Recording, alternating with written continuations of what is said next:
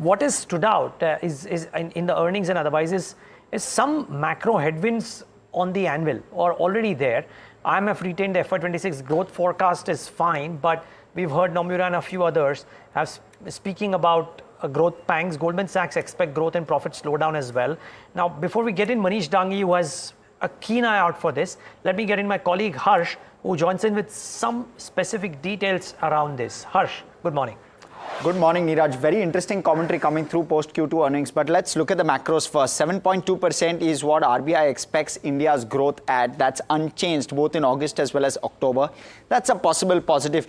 But let's pull up what other views seem to be saying. Well, FY25 IMF forecast is 7%, stand corrected there, 6.5% for FY26. What they're suggesting is pent-up demand likely to get exhausted. So no doubt about that one. With regard to what Goldman Sachs seems to be suggesting, FY25, they have a view of 6.5% GDP, which is 40 basis points lower than consensus. So they are expecting a lower number, and they believe that even from a market perspective, they've lowered their weightage on India. They're expecting growth and profit slowdown to come through, and they're seeing some moderation in high-frequency indicators.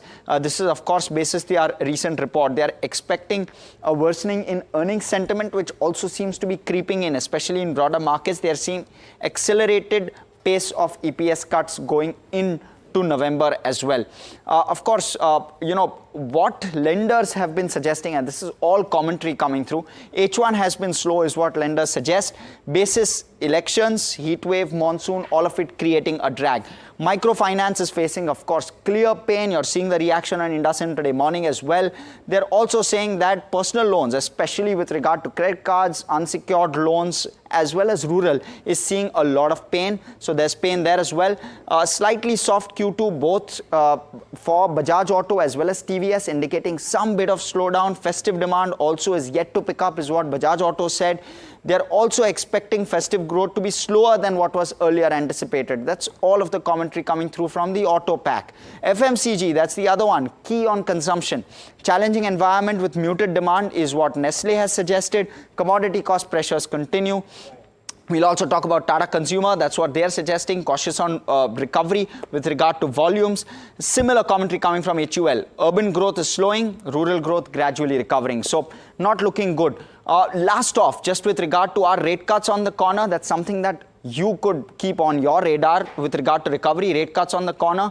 H2 likely to see a pickup on the back of heat wave and a good monsoon, in fact, and all of that is now behind us, and festive as well as demand as well as recovery. Will that happen in H2? All of that on our radar, of course.